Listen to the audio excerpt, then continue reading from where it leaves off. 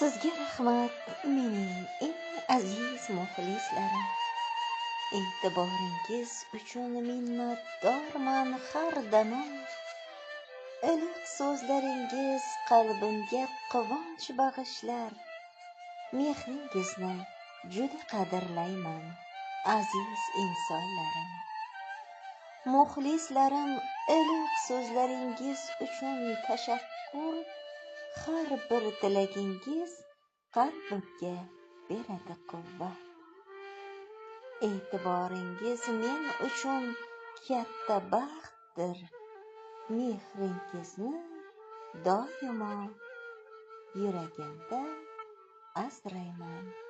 Albatta, bizning gruppamizning aziz muxlislari, yaqinlashib kelayotgan Navro'zi bayramingiz muborak bo'lsin.